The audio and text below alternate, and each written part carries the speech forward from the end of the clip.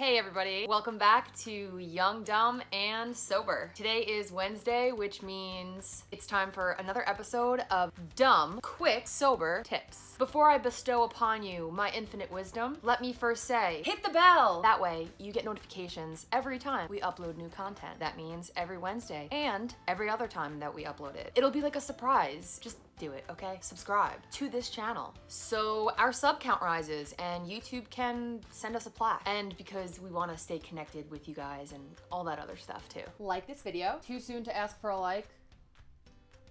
Cat hair. Ew. Fair enough. Okay, let's jump right into it. Today's dumb, quick, sober tip is meditation. 30-something white female on the internet suggesting the ancient practice of meditation. Revolutionary, I know. But here's the thing, meditation is a lifesaver. Literally, one time I got shot in the head and then I just took a couple of conscious breaths and I was totally fine. But really, meditation is where it's at. And if you haven't noticed that the internet and the world, which is basically the same thing, blow up about the benefits and the effectiveness of meditation over the past 10 plus years, I don't know where you've been hiding. Perhaps in the throes of your own destructive use of alcohol, drugs, sex, gambling, food, people, and behaviors. I can relate. Okay, but why is everybody so obsessed with meditation? Let's look at some of the benefits. 1, it reduces stress. 2, it controls anxiety. 3, it promotes emotional health. 4, it enhances self-awareness. 5, especially important for our purposes, it may help fight addiction. Meditation for addiction recovery. Who knew? Well, apparently a lot of people knew. Almost every recovery program suggests some sort of meditation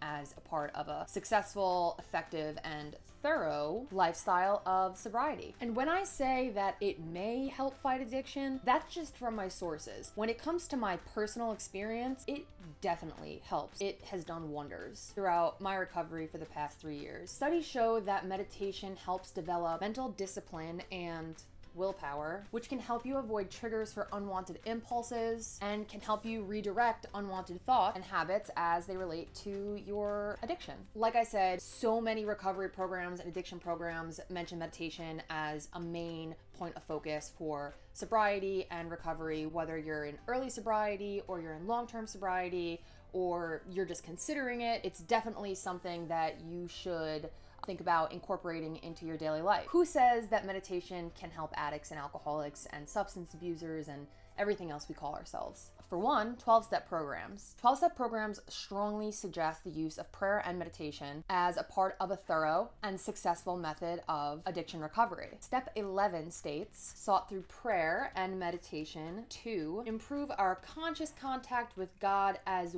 we understood Him or her, praying only for knowledge of His or her will for us and the power to carry that out. And in case you didn't know, AA, NA, CA, and the like have gotten quite a few people sober. So clearly they're doing something right. If you're interested in checking out some 12-step literature, you can click some of the links below. However, I strongly suggest that you just go to a meeting, talk to some people, and see what they have on hand. That way you're supporting your local group and also gives you an excuse to get to a meeting and meet some new people. Tommy Rosen, founder of Recovery 2.0, has meditation at the forefront of his holistic addiction recovery approach. In fact, he encourages participants to engage in sadhana,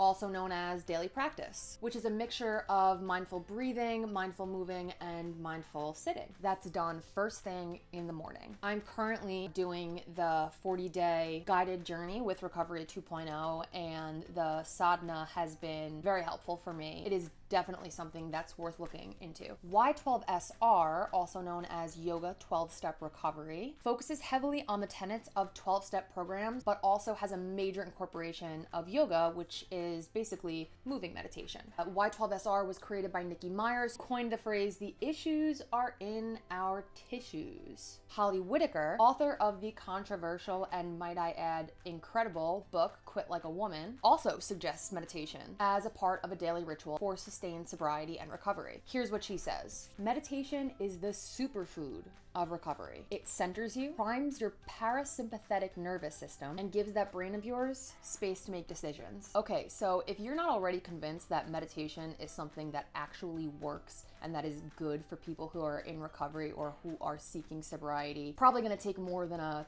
6 to 7 minute video to convince you. So if you feel like it, check out the links in the description of this video. You can also just hop on Google and do your own research. Shit, you can literally just go on Instagram and write hashtag meditation and look through all the posts, and I'm sure you'll find like a bunch of really cool shit. What is the best part of meditation? For me, it's the accessibility. You can do it pretty much anywhere at any time for any amount of time. Anybody who tells you that meditation needs to be a 20-minute, 30-minute, 40-minute thing where you're just sitting and and taking a whole lot of time out of your day is wrong. I mean, the more you do it and the more you practice, the more suited you become to it. Meditation is just as useful if you do it for 1 minute a day or 2 minutes a day. Take some time to consciously breathe for a couple of minutes out of the 24 hours of your day. You're doing meditation.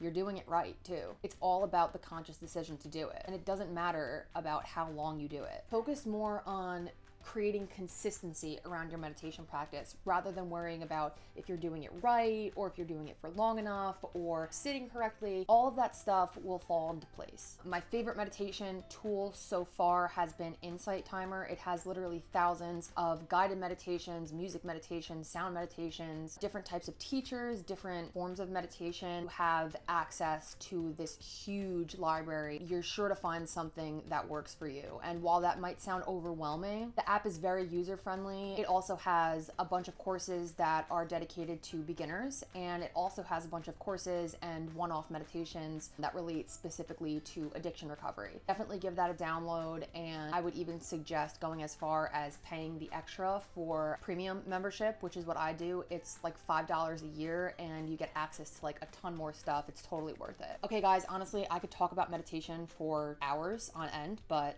the point of these videos is to be quick. I'm going to leave off there. I hope that you've gained some insight from this and maybe are considering doing meditation, making it part of your daily routine or your recovery program. I will leave you with this quote from the Bhagavad Gita. When meditation is mastered, the mind is unwavering, like the flame of a candle in a windless place. Thanks guys so much for tuning in today. Make sure to like this video, subscribe to Young, Dumb, and Sober, hit the bell, and comment below what your experience has been with meditation. As always, it's been real, it's been fun, and it's been real fun. All right, guys, see you next time.